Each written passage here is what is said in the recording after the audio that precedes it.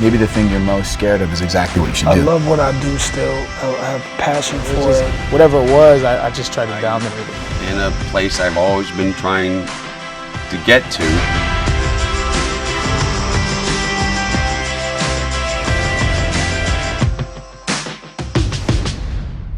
For me and Jay's type of art, the more we use our head, the more we get in trouble. It's the only way I can explain it, is when I trust my instincts in the moment of creation is when I get stuff that works, at least for me.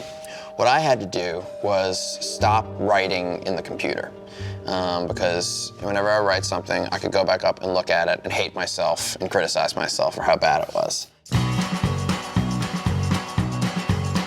I just hated the coffee shop scene. Everybody's in there with the laptops, everybody's looking over their shoulders. I was just so conscious of like the effort to write in it. It just never worked for me. One day I found this little spot in Griffith Park. It kind of became this critical part of my writing process.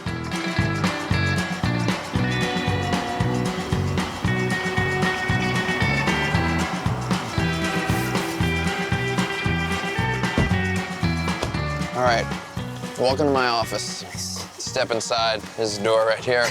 Come in. This is where I kind of fully cemented my writing process with the dictaphone, which is this little guy right here. That's a big guy. Yeah, he's a big boy. I always have an extra tape just in case.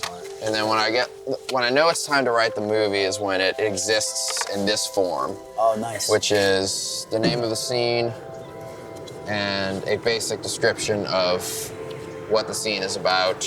And then I take this dictaphone. This actually has something in it. Ooh, this is interesting. This was a movie called, I love this. I've never talked about this before. This was called Clear History, Empty Cash. Little big man, on the count of 3, rise. Rise from the dead.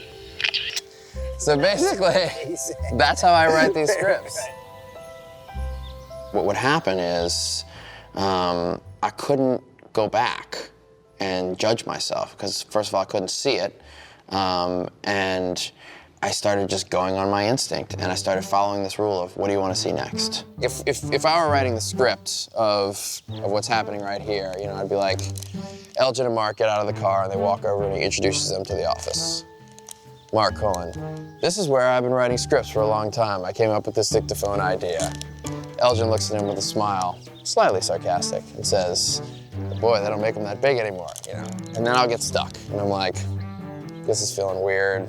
So at that point, I do sprints from this area over to those trees and back.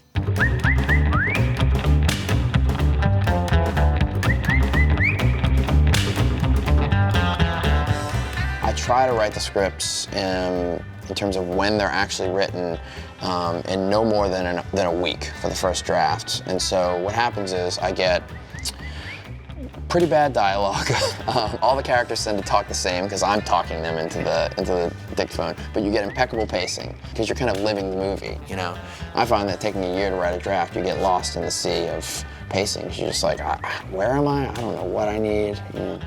And it usually takes about, let's say on a 90-minute tape, it's about 1 1/4 tapes. Usually means you've got a feature for my pacing, for whatever reason. Yeah, and then I have somebody transcribe that, put it in the computer, and then I kind of go into the other part of my brain and start kind of editing away, clarifying the voices of the characters, and go into that critical mode of like, all right, how do we make a movie that's very well paced, but a little homogenized? How do we make it interesting? Is there a certain bit of advice you find yourself giving over and over again?